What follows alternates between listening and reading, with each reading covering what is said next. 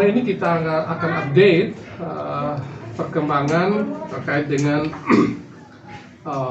sidang perdana yang telah terjadi hari Senin yang kemarin di Pengadilan Negeri Serang. Tanggapan kami sebagai berikut ya. Jadi kami memandang bahwa jaksa penuntut umum telah membuat sebuah dakwaan yang cermat, teliti, dan mudah dipahami, mengalir kronologisnya dengan baik sejak awal postingan hingga pada pasal-pasal yang disangkakan. Jadi yang didakwakan.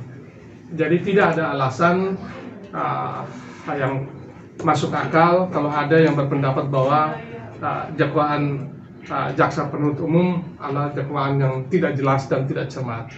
Kami sudah membacanya dan berpendapat bahwa sudah tepat dakwaan jaksa, dan kami percaya bahwa jaksa penuntut umum adalah yang bertugas menangani kasus Nikita Mirzani, adalah jaksa penuntut umum yang profesional dan sangat menguasai kasus ini, sehingga kami percaya bahwa akan dengan mudah dibuktikan oleh jaksa penuntut umum. Sangat mudah kasus ini bagi penuntut umum untuk membuktikannya. Ya. Terkait dengan upaya yang dilakukan untuk menangguhkan permohonan penangguhan penahanan kepada Majelis Hakim agar tersangka Nikita Mirzani bisa dibebaskan sementara dari tahanan, kami berpendapat bahwa hakim perlu mempertimbangkan secara seksama permohonan tersebut dan menolak seharusnya permohonan penangguhan penahanan tersebut. Oleh karena kita tahu mengenai track record daripada Nikita Mirzani yang cenderung tidak kooperatif, dan kita tahu dia juga seorang residivis dan cenderung melawan petugas. Kita lihat waktu ditahan, pihak jaksa penuntut umum pun masih meneriakin, mengeluarkan kata-kata yang tidak pantas kepada pihak jaksa yang akan melakukan penahanan pada saat itu. Sehingga kita berharap bahwa untuk kelancaran persidangan ini, Nikita Mirzani memang sebaiknya tetap ditahan agar proses persidangan berjalan dengan lancar ke depannya. Itu saja update dari saya, dari Pak Bina. Kalau ada silakan ditambahkan. Cukup, kalau ada pertanyaan silakan. Bang, terkait kemarin pembacaan itu ada nominal Pak Dito mengalami kerugian 17 juta apa? 17.500.000. Nah, bisa ditanggapi, Bang? Oh iya, begini teman-teman sekalian, mengenai kerugian 17,5 juta rupiah itu, begini. Ada yang bilang nih, kan gitu. Ini kan jumlahnya 17,5 juta, kok dipersoalkan, kan begitu?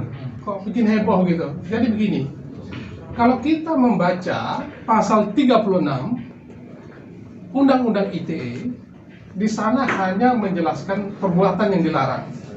Ya, perbuatan yang dilarang itu antara lain di sana dikatakan bahwa kalau pelanggaran terhadap pasal 27, termasuk tentu ayat 3 sampai pasal 43 yang menimbulkan kerugian. Nah, itu bahasa rumusan dalam pasal 36. Kalau kita refer ke penjelasan pasal 36, dikatakan cukup jelas, tidak ada penjelasannya mengenai kerugian seperti apa, berapa banyak kerugian, minimum berapa, maksimum berapa, tidak diatur.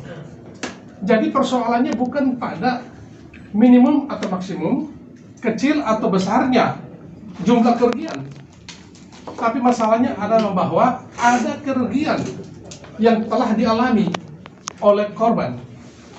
Dan itu bisa dibuktikan dengan sangat mudah. Karena kalau tidak bisa dibuktikan, tidak mungkin jaksa menerima pemberkasan, ya, pelimpahan berkas dari pihak penyidik. Karena waktu itu kita ingat pasal 36 itu juga dijuntukkan dengan pasal 27 ayat 3, dijuntukkan dengan 51 ayat 2 yang ancaman hukumannya 12 tahun penjara maksimum dan dendanya maksimum 12 miliar rupiah.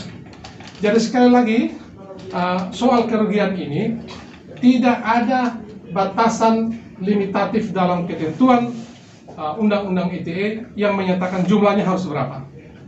Sepanjang bisa dibuktikan bahwa korban mengalami kerugian, tentu kerugian material dalam konteks ini, maka itu sudah masuk unsur itu, terutama pasal 36.